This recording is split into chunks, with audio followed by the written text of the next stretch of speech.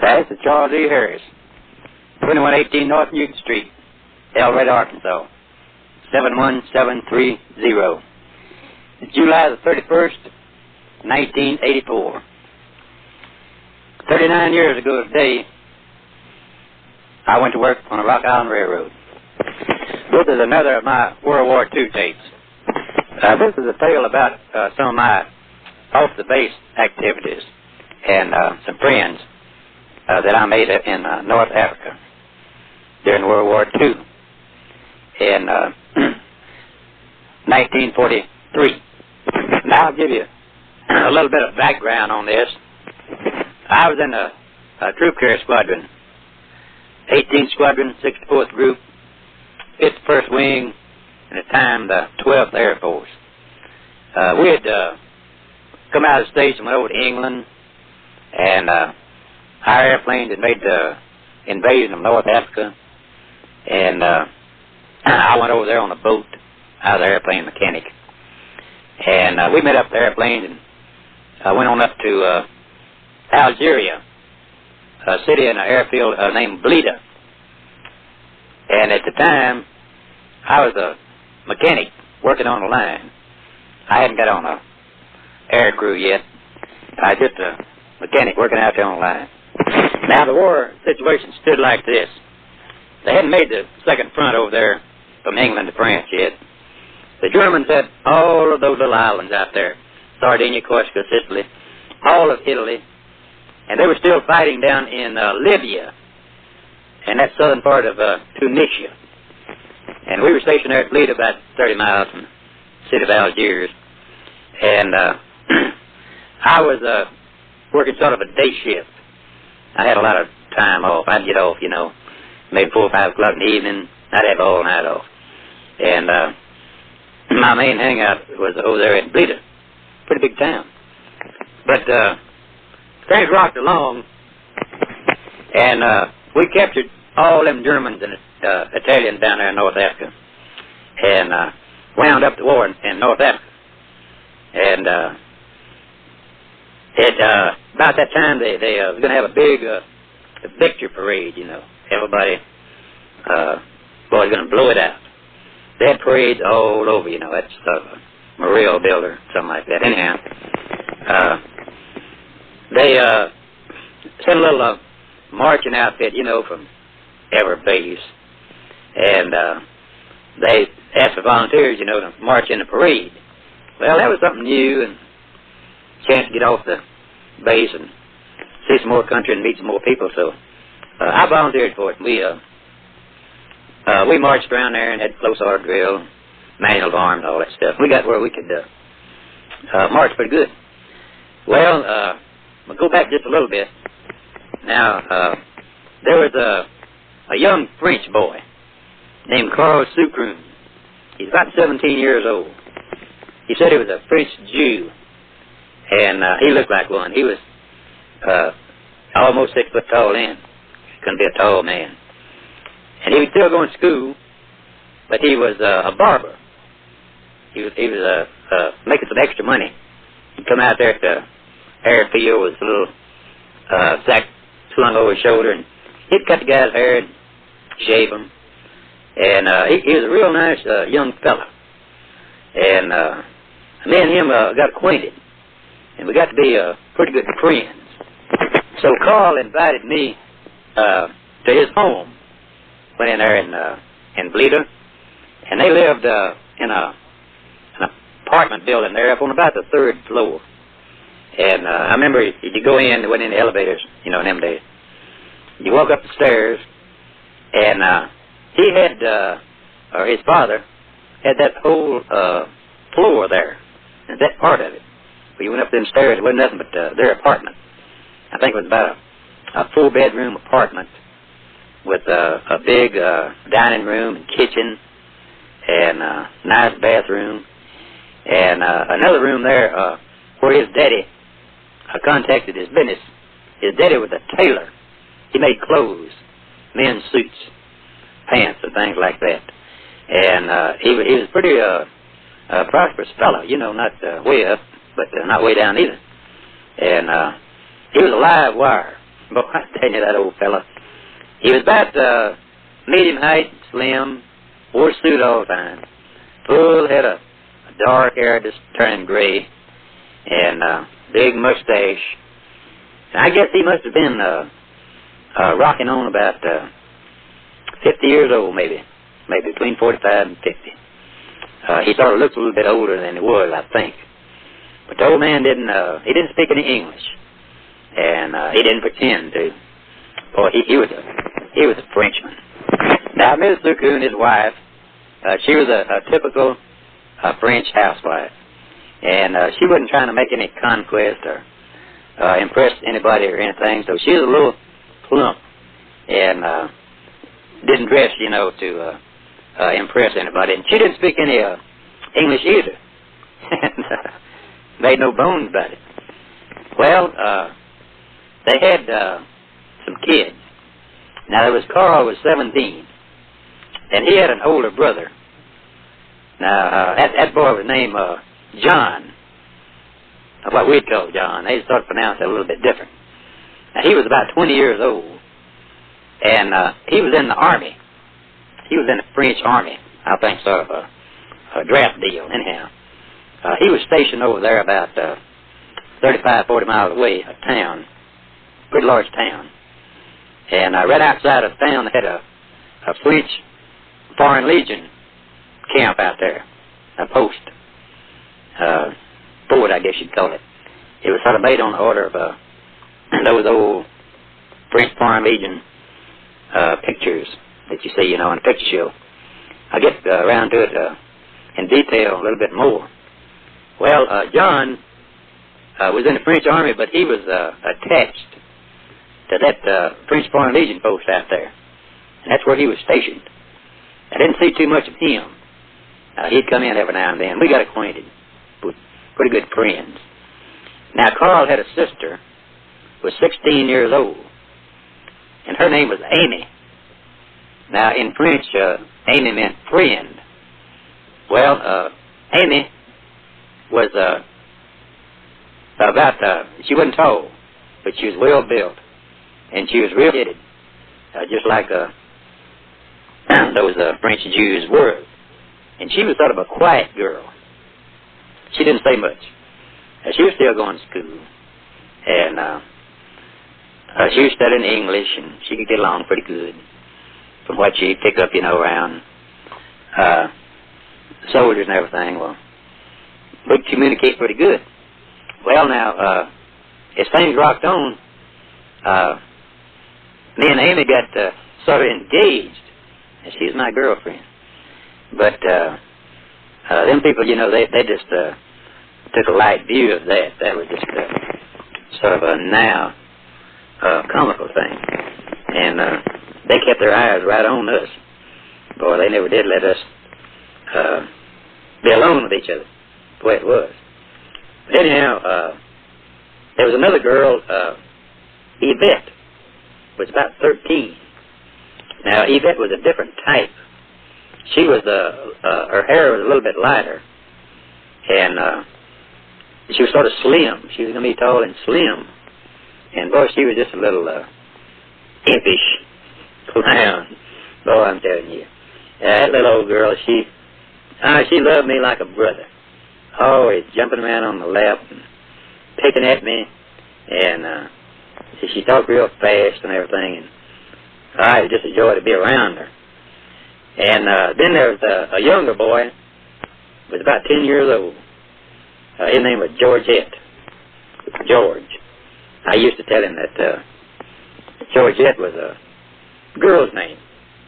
But he'd make some excuse for that. Now, George's ambition was to be a first-class Boy Scout. He was sort of a Cub Scout at the time. And his ambition was to get a Scout uniform. And they didn't have none of them over there. But that's what he was going to be. Boy, he was going to be a Boy Scout. Well, Carl would take me up there, visit with him. Sometime I'd spend the night. And, boy, I'm telling you, having some wonderful times. What I remember most is the meals but the old lady served. Oh, I'm telling you, she could cook. You've heard of these French pastries, cookies and stuff like that. Well, she knew how to make them. They're little old cookies, you know, and you put them in your mouth, they just melt in your mouth. You didn't even have to chew them. And had that carrot salad. What number carrots? And olive oil, lemon juice, and spices. Crispy. Boy, I'm telling you. I've never seen anything like it since. And the old lady would, she'd have a salad out of just lettuce. That's all it would be, just lettuce. They didn't mess it up, you know, with tomatoes and olives and stuff like that. When they had a lettuce salad, boy, it wasn't under the lettuce. Of course, I had that olive oil around that bowl where it sort of got on the edges of it. And a little salt and lemon juice. And boy, I'm telling you, that was something else. And then she'd make this she'd get a big bowl. And in the bottom of it, she'd pour a little of this red wine. And then she'd peel some oranges and slice them up in little bites. But she wouldn't pull them apart. She'd lay them in the bottom of that bowl. Just so the wine covered it, sprinkle a little sugar across there. Come on with some more slices of oranges and a little more wine and sugar to get on up the top. And boy, I'm telling you, after that soaked a little while, that was pretty good eating too. Now, they had all kind of meat. Because Mr. Sucroon, he was sort of in the black market business, the Martian War, they called it. You know, money over there wasn't worth nothing. Everybody had money.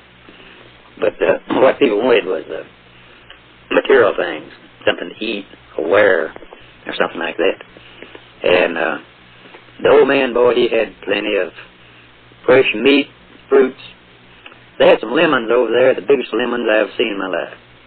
As big as our peaches. During the war, where I always had a taste for lemons, for some reason or other. And soda crackers. The only place you get soda crackers was an English or a Canadian ration in the Salvation Army, which took care of them, sort of like our Red Cross does us. Oh, that Sucroon family was something else. I remember I went up there one evening, and I went back there in the kitchen, and the old lady and Amy was back there cooking. Amy was washing her mother's false teeth there in the sink. She was sort of embarrassed. And the old lady was cooking something, some meat. Oh, I'm telling you, it smelled good and it looked good. But I couldn't find out what it was. All of a sudden, Amy had done forgot she could speak English. And our mother and her had a little powwow around there, you know, and pointing and pushing. And finally, the old lady pushed her out of the kitchen there in the hall. And I say, well, what's going on? She says, well, Mother wants me to go up there and get Papa to tell you what we're cooking back here. So she went up there and got her Papa, and she talked to him a little bit. We went in there in that dining room. Boy, they had a table there, I'm telling you, I bet you could fit 15, 20 people around it. And the old man reached up there in the cupboard, got a little bottle of this antiseptic. It was a little alcoholic drink. It was clear.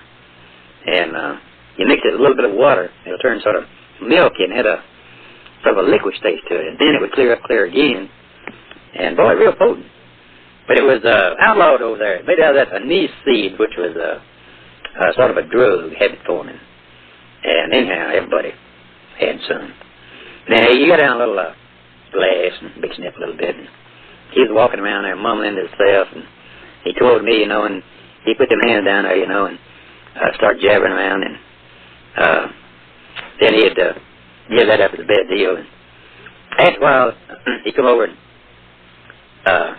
got right in front of me, and he started pouring. He's standing on the rug, and he started pouring 1 foot, you know, just scraping against the rug there, and he put his hands up on his head like some horns, and he started growling and bellowing, sort of like a bull. So, yeah, LaBeouf, right, LaBeouf, the bull. And then he put one arm down between his legs there, his hand down there between his legs, and he started jumping up and down shaking his sack down there. And, well, I understood what they was cooking back there then as mountain oysters. Well, that's one little thing. Those meals we had up there, boy, I'm telling you. I'd made some friends out there on the base. They were Englishmen, Lioneers. Well, they really wasn't. They were Scotchmen. Boy, they'd tell you real quick that they wasn't Lioneers. And they wasn't Irishmen. You know, them Irishmen, they were neutral. During all during them World War I and II. And the main reason was that couldn't nobody trust them. The Germans couldn't trust them, and the Americans and English couldn't trust them. So didn't nobody invite them in. But anyhow, them Scotchmen, you know, they'd joined that English army. Well, I met these guys. They were gunners on an anti-aircraft gun out there. They had a tent built around it. They lived out there. And right near where I was working out there, I spent a little time out there, got acquainted with them.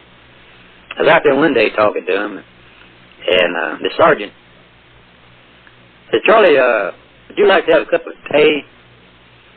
I said, "I don't know." I said, "I never did drink any tea."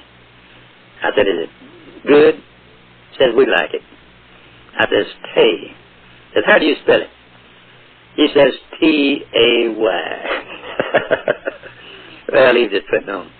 But I don't know if it was that day or some other, but I was out there, and all sitting around, you know, and I looked out there across the sky, and here come a transport airplane pulling a tow target across there.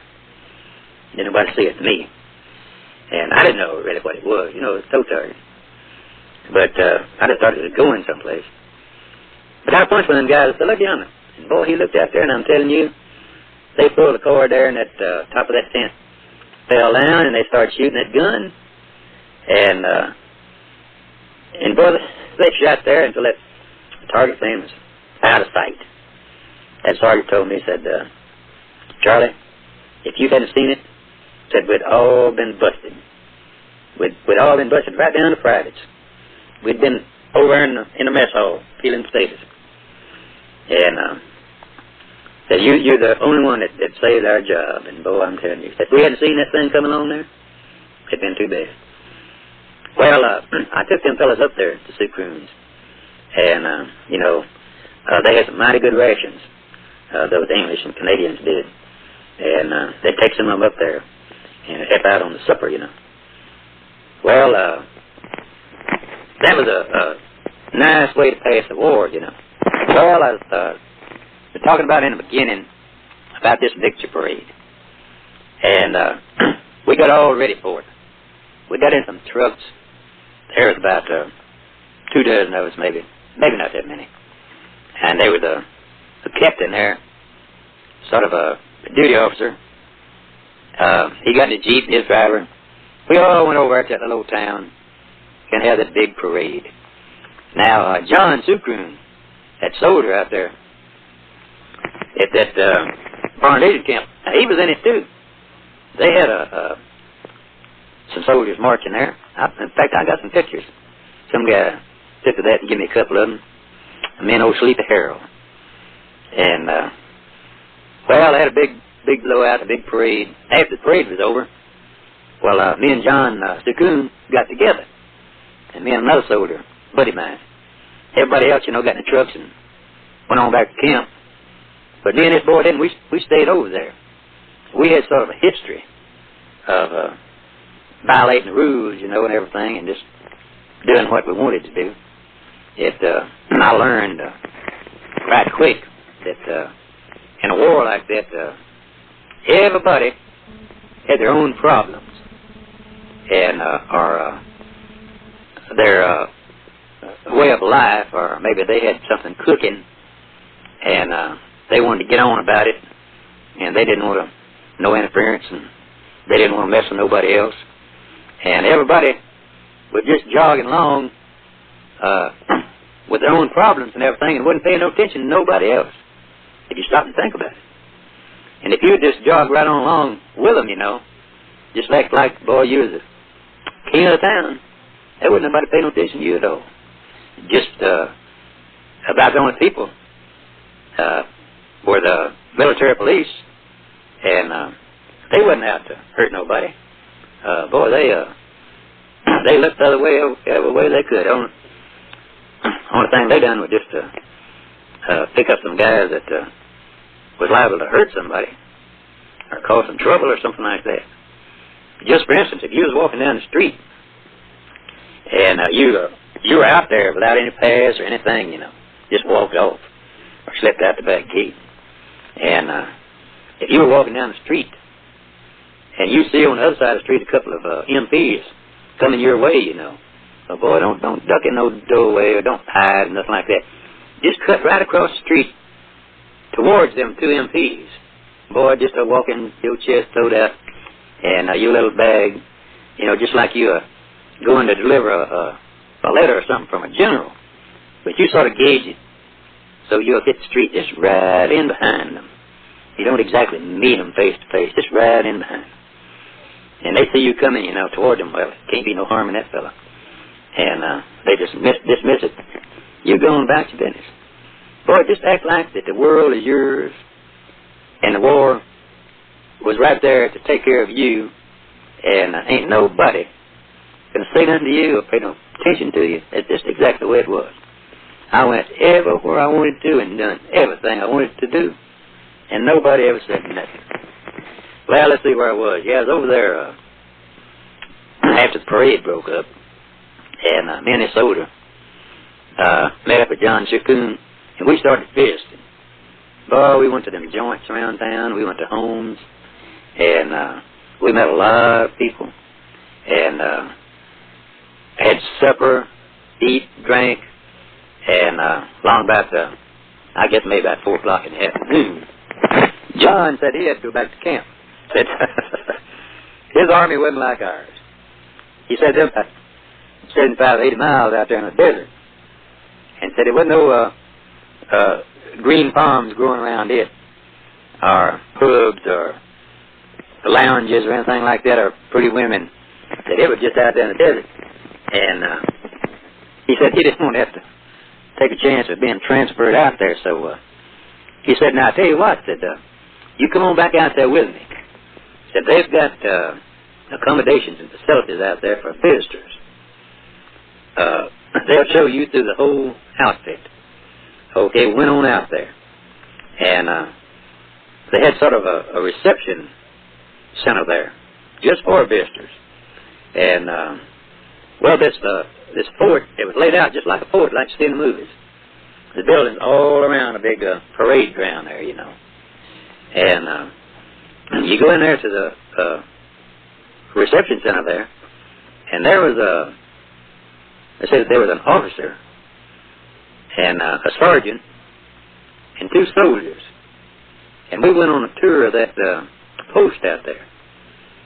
Now, you go up on a little catwalk, little balconies around the perimeter of everything. And as they walk along down them catwalk, you could see on the other side, away from the parade ground, all of the going on activities. You could see the midst of men's barrack areas where they slept. You could see their kitchen, and you could see their guard rooms and laundry rooms and everything. Them catwalks, just you could see everything there. I think except the officers' quarters. I think they were sort of private. The higher officers. Of course, the non-coms around there run everything, and they were the bosses, just like in every other army. But on a official thing like that, you know, you had to have an officer there, because in their army, just like everybody else, a non-com, he can't give an order. All he can do is carry out an order that is issued by an officer. Well, I'll never forget touring that thing there, walking along there every minute. I thought I'd see old Errol Flynn or Douglas Fairbanks Jr., you know, come walking around the corner. But, boy, they rolled out the red carpet. And we saw it, and then went on back over at that town, and went over to one of them homes, the people that we'd met and spend the night. And boy, I'm telling you, we had a big time. I'm telling you, them people, they entertained us, fed us, put us up for the night.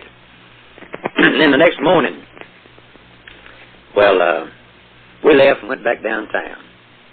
That sun was up bright. And one thing about me, you know, I never did have a hangover. I could drink all night, get maybe an hour of sleep, and I was just as good as new. Well, anyhow, I was walking down the street there, and me and this other soldier, and we decided, well, we better get back to camp, you know. And there was a Jeep pulled up beside us there, and there was a couple of French policemen stopped and got out. And they asked me, said, Sergeant, were you in the parade yesterday? I said, yes, sir, I was. He said, was you from the airfield over at Blida? Yes. He says, well, the chief would like to see you down at the police station. Well, wasn't nothing I could do about that, you know. They were just, they were inviting me down there, but if I didn't want to go, you know, they'd take me on down. I knew that. And in a nice sort of way. And I went on down there. And the deal was that our captain that brought us over there, when the parade started and everything, well, he took off his sidearm, his pistol and web belt, and left them there at the police station. And then when he left, he forgot to take them with him. So the chief sent these guys out, you know, to look up, see if they could find somebody around town that had been left, you know. And he did, he found us. And he asked me if I'd take that pistol back over there to him. Yeah, sure would. So I strapped it on, though. I had the big 45 hand on my side. Went back out, walking down the street, and this guy. He pulled up another Jeep along beside us. And looked over there, and that was Captain so-and-so sitting there. Had him a Jeep driver. And, but he didn't have no sidearm. And he stopped.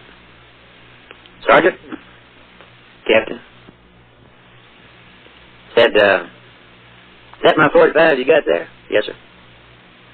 Get in the Jeep. Got in the Jeep. Well, we went on back to camp. Wasn't much said on the way. We got back, went in the captain's office. He was off the day. And he told us to sit down. We did. He looked over at me and said, Sergeant, you got anything to say about this? And I didn't say anything. And he turned to old Jack Sims. Says, what about you, soldier? Well, old Jack, he was pretty quick on his feet. That's one reason that we'd buddied up together now and then. And Jack said, yes, sir. He said, when I joined the United States Army Air Corps, that they gave me a rifle. They wrote the number down.